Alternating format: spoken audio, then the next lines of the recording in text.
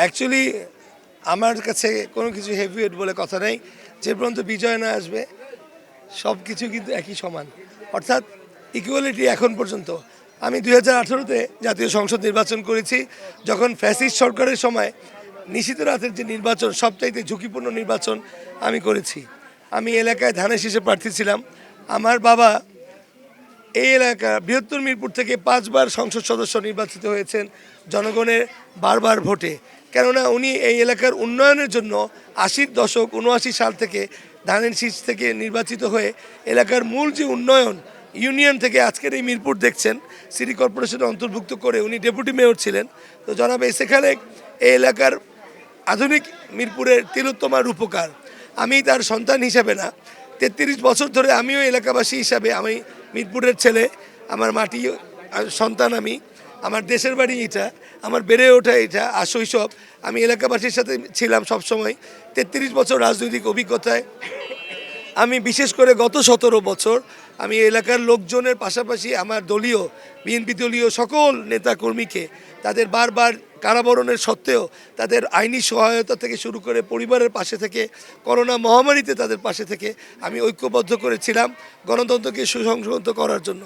যে গণতন্ত্রের জন্য আজকে আমরা 5ই অগাস্টে 2024-এ যারা জুলাই যোদ্ধারা প্রাণ বিসর্জন দিয়েছেন, তাদের এই প্রাণ বিসর্জনের ছাত্র জনতার কারণেই আজকে দ্বিতীয় বাংলাদেশের স্বাধীনতা হয়েছে, দ্বিতীয় স্বাধীনতা। তো আমরা সেই জুলাই জাগরণ থেকে উদ্বুদ্ধ হয়ে সারা দেশ একটি অবাধ সুষ্ঠু নিরপেক্ষ নির্বাচনের জন্য তাকিয়ে আছে। সেই কাঙ্ক্ষিত নির্বাচনে সারা জাতি তাদের ভোটাধিকার প্রয়োগ করবেন। অন্তর্বর্তীকালীন সরকার স্বচ্ছতা এবং নিরপেক্ষতা প্রমাণ করবেন বলে সবাই আশাবাদী।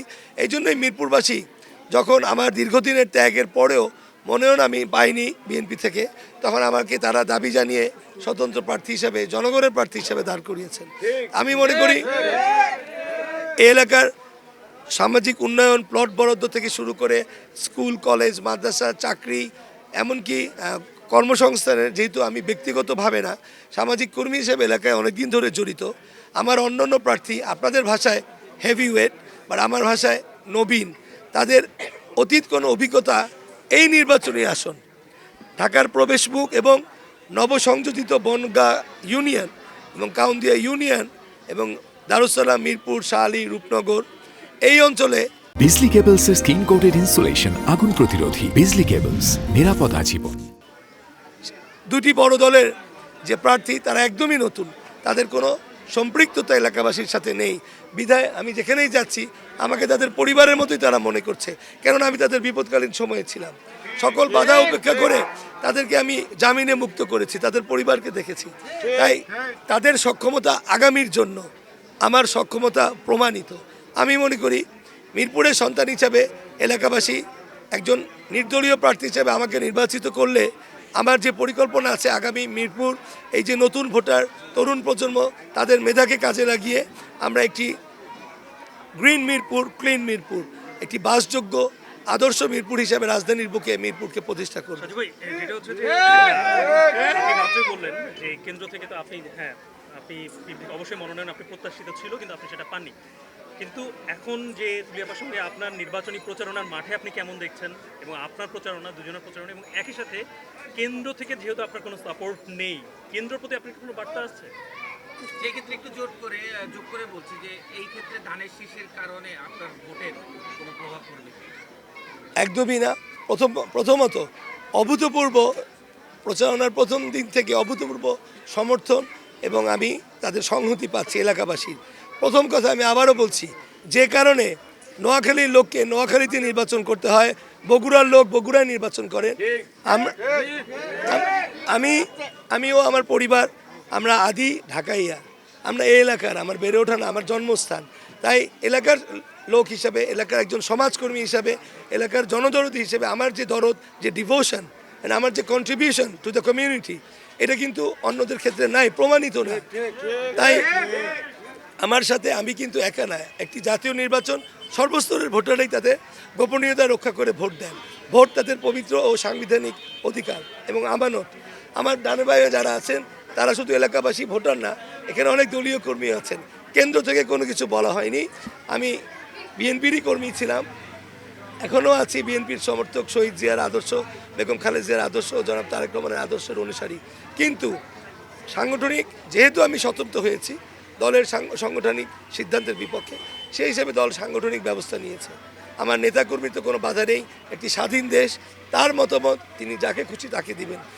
একটি দলের আদর্শের সাথে অবশ্যই যে আদর্শ যে বাস্তবায়ন করবে তার সক্ষমতা, তার দেবার ক্ষমতা, এই এলাকা মানুষের জানমাল ও এই যে ব্যবসা বাণিজ্য পরিবারের সুরক্ষা নিরাপত্তা দেওয়ার সক্ষমতা কার কতটুকু, এটা অবশ্যই একজন সচেতন ভোটাররা বিবেচনা করবেন। সেই বিবেচনায় আমি নিজেকে আর সবাই চাইতে অগ্রগামী মনে করছি। বিধায় আমি আশাবাদী ইতিহাস সৃষ্টি হবে ঢাকা শহরে, ঢাকা 14 আসনে। আমি একজন রাজনৈতিক কর্মী না, সমাজকর্মী হিসাবে, সমাজসেবক হিসাবে জনগণের পাশে ছিলাম এবং আজীবন থাকবো। এই মিরপুরবাসীর জন্য আমার প্রাণ উৎসর্গ করলাম। মিরপুরে যে মূল সমস্যা মাদক, কিশোর গ্যাং এবং এই যে চাঁদাবাজি, আপনি এইগুলোর ব্যাপারে কি অ্যাক্টিভ দিবেন বা আপনার কাছে কোনটাকে প্রায়োরিটি দিয়ে ঠিক করবেন?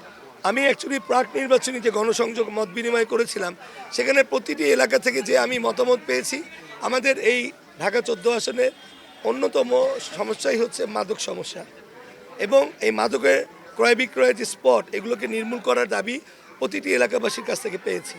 আমি তাদেরকে বলেছি যে এলাকাবাসী আবাল বৃদ্ধ বনিতা অর্থাৎ ছাত্র থেকে মুরব্বী সবাইকে নিয়ে সমন্বিতভাবে আমরা এগুলো মাদককে সহনীয় পর্যায়ে না একদমই নির্মূল করব। দ্বিতীয় হচ্ছে এই এলাকা অত্যন্ত অর্থনৈতিকভাবে সমৃদ্ধ, ব্যাপক ব্যবসা বাণিজ্য বিপণী কেন্দ্র আছে এবং এখানে টার্মিনাল আছে, বালু ইট পাথর আড়ত আছে এখানে। হচ্ছে এখানে জি, গরুর হাট। তো এখানে এক ধরনের নীরব চাঁদাবাজি সহ, যেটা আপনারা বললেন কিশোর গ্যাংয়ের উৎপাত অনেক আছে, সেই চাঁদাবাজ বা সন্ত্রাসকে আমার লক্ষ্য হচ্ছে সহনীয় নিম্নতম পর্যায়ে নিয়ে আসা, ঢাকা উত্তর মহানগরে সর্বনিম্ন অবস্থান করা অপরাধের মাত্রা, এটা আমার প্রথম লক্ষ্য। দ্বিতীয় লক্ষ্য অর্থাৎ মাদক নির্মূল, সন্ত্রাসকে ন্যূনতম সহনীয় পর্যায়ে নিয়ে আসা নিম্নতম, ও তৃতীয় হচ্ছে সবুজের সমারোহে মিরপুরকে জঞ্জাল মুক্ত করা। একটি ফুটবলের কালজয়ী গোলের ফ্রি কিকের মাধ্যমে মিরপুর থেকে সকল পঙ্কিলতা ও জঞ্জাল মুক্ত করবো। অর্থাৎ ময়লা আবর্জনা, স্বাস্থ্য সচেতনতা, ডেঙ্গু ম্যালেরিয়া চিকুনগুনিয়া থেকে জনগণের সুরক্ষা দেয়া, পাশাপাশি সন্ত্রাস নির্মূল ও নিজের আত্মার পরিশুদ্ধতা জনগণের মধ্যে জনসচেতনতা সৃষ্টি করে আমি মিরপুরকে আধুনিক ও বাসযোগ্য মিরপুর হিসেবে গড়ে তুলতে চাই। অবশ্যই যে জুলাই যোদ্ধাদের আত্মবিসর্জনে আমরা আজকে দাঁড়িয়ে আছি গণতন্ত্রের এই শিখরে, আমি এই গণভোটে হ্যাঁর পক্ষে আছি। জুলাই সনদ অবশ্যই আমাদের একটি জাতির জন্য একটি বিশাল সনদ, এটাকে আমরা হ্যাঁ ভোট দিয়ে পাশ করবো বলে আমি বিশ্বাস করি। ধন্যবাদ।